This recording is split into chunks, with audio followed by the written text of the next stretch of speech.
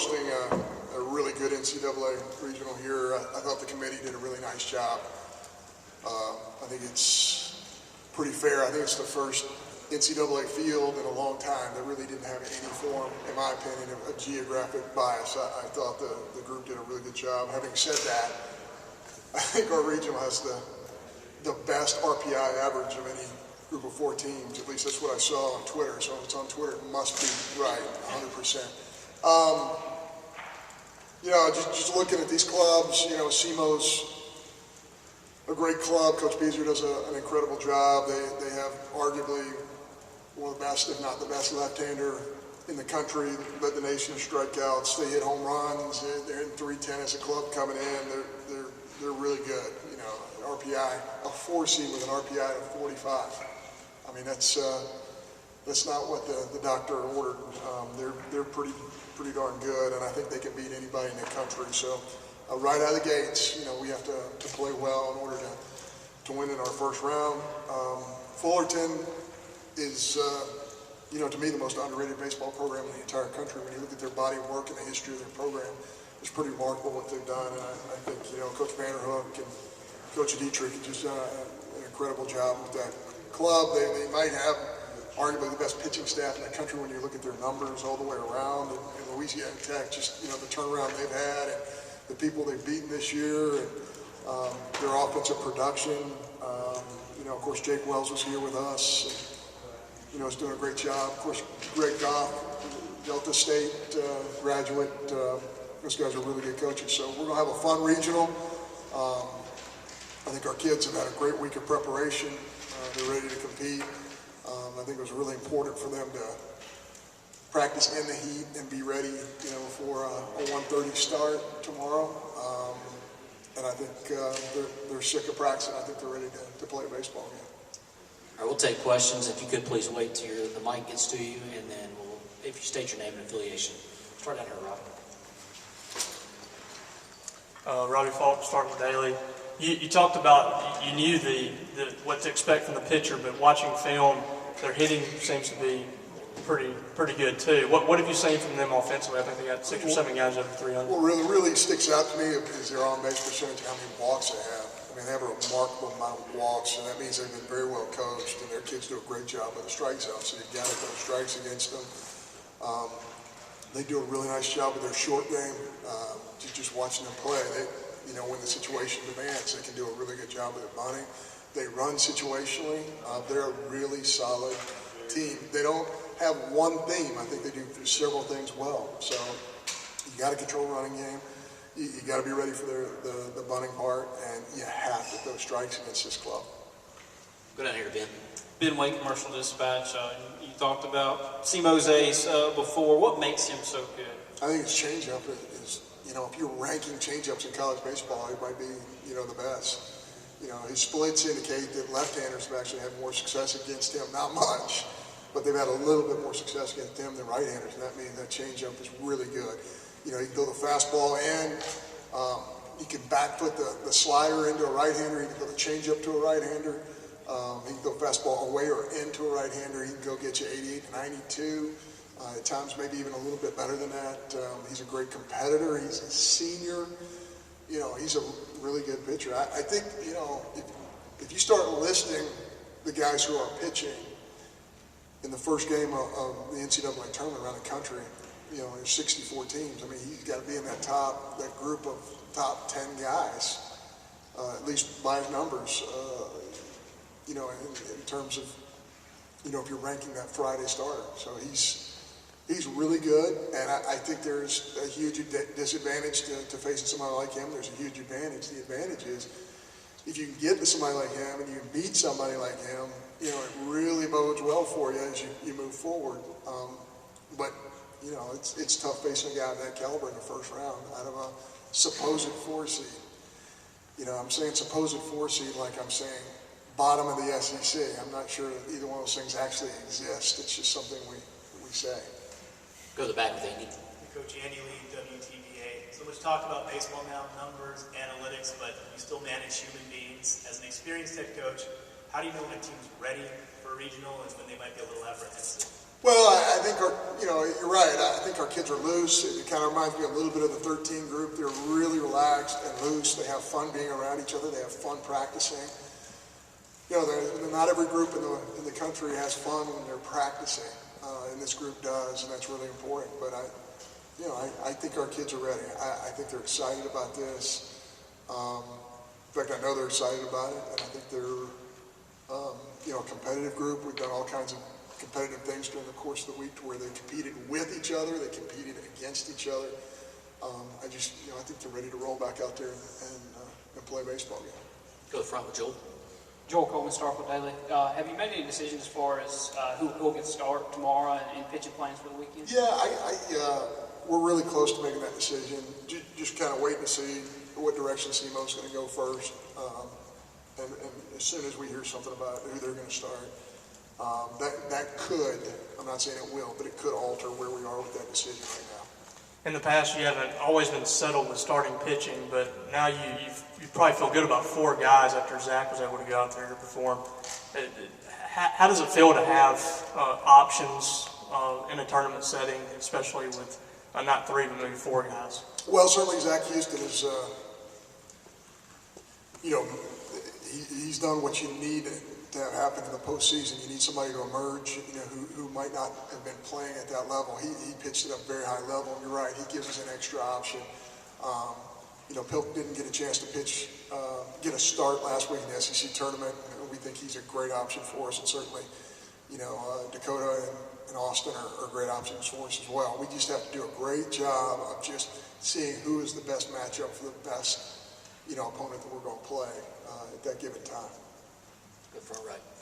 You talked about Zach. What are some of the things he did to kind of go from that bullpen guy to being the starter and throwing 8 2/3? Well, I think it's pretty simple.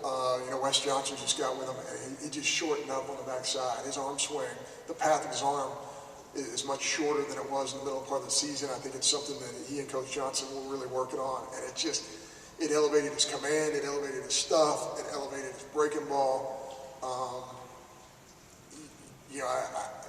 When you make an adjustment like that, there are times where you make a jump and then, like 1 step forward, 2 steps back type of thing. I think he had a little bit of that in the middle of the year, but I think he's getting more and more consistent with the path of his arm, and I think they have found something together that's going to bode well for him in the rest of his career. Go down front, Mike. Hey, John, Mike Bonner from the Bear Measure. With so many, I guess, Jacob Robson and Miles Gentry, the only people who have been at a home regional, is there any way to prepare them for that experience, or is it just something that, because even with Super Bowl Dog Week, it's a little bit different. I know Vanderhook was out here saying the same thing. You can't prepare for a Starkville regional unless you've experienced it. Is there anything you can say to your team?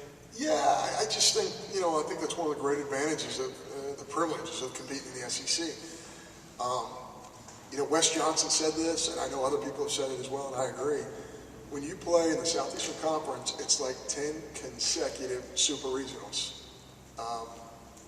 And then when you add Oregon into the mix for us, it's almost like 11. And then you add the UCLA trip for us. I mean, I think our kids have played when you played at LSU and you played at Florida and you played at Vanderbilt and you played here on Super Bowl on weekend and the Arkansas weekend, and you start breaking it down. I mean, is it different during a regional? I'd say yeah. Is it dramatically different? I'd say no. Our fans are really good to us under most conditions. So, I think opening weekend, when we had decent weather, we had pretty vocal, nice fans, and I think it really, all that prepares you for these opportunities we're going to have this weekend. Standing in front of Ben. I know you're focused on SEMO, but what do you make of the way Louisiana Tech has swung the bats here as of late? Yeah, they've been really good, and they play in an offensive environment. They make the most of it. They pressure you. They're high energy. They pitched it better than most people give them credit for. They're very well coached.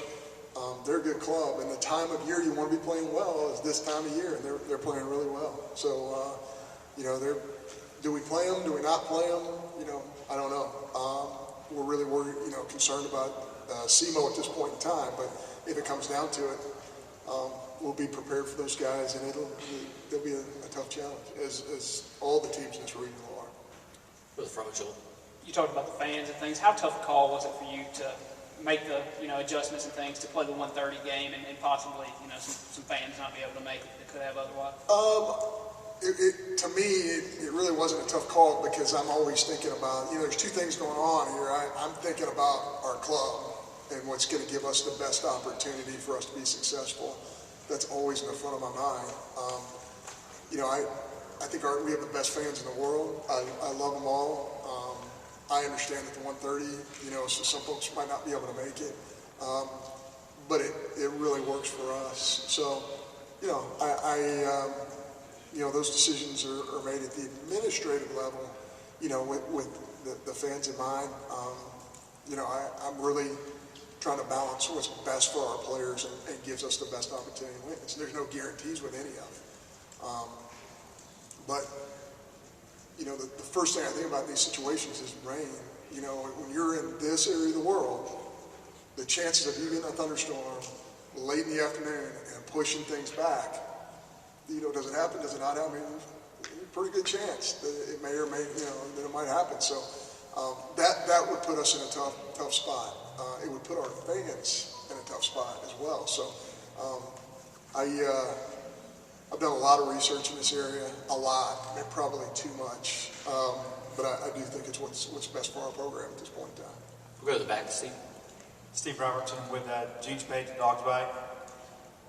On Monday, you find out you get 3 teams coming in that you had no clue you were going to play. What is that process like to prepare from a scouting standpoint from Monday to Friday? Well, I can assure you it's a lot different than when I played in these regionals at Mississippi State because the amount of information that's available to you is extraordinary. The amount of video that's available to you is extraordinary. So you've heard the expression, ignorance is bliss. This is not a blissful situation for us because we're overwhelmed with information. Sometimes I think we get too much information. Our kids right now, or on Monday, could go to the Ohio Valley website and watch the Casey, the guy's probably going to pitch against us Friday. They can just sit down with their laptop in their apartment and watch it pitch. I couldn't even fathom that, playing at Mississippi State in 1989 or 1990. So I think there's a ton of information available to us. We've gotten a ton of scouting reports, just like I know the other 3 clubs have. And, you just go to work trying to make the best decisions you can against these really good opponents. Go ahead, Ben. You talked about the 1:30 start on practice every day this week. How do you think the kids have kind of handled that? Yeah, I think they've been great with it. I think they understand why.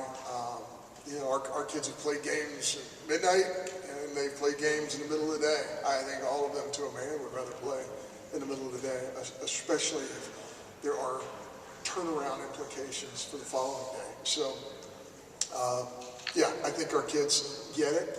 I think we give them a ton of information. Hey, this is what we're doing. This is why we're doing it.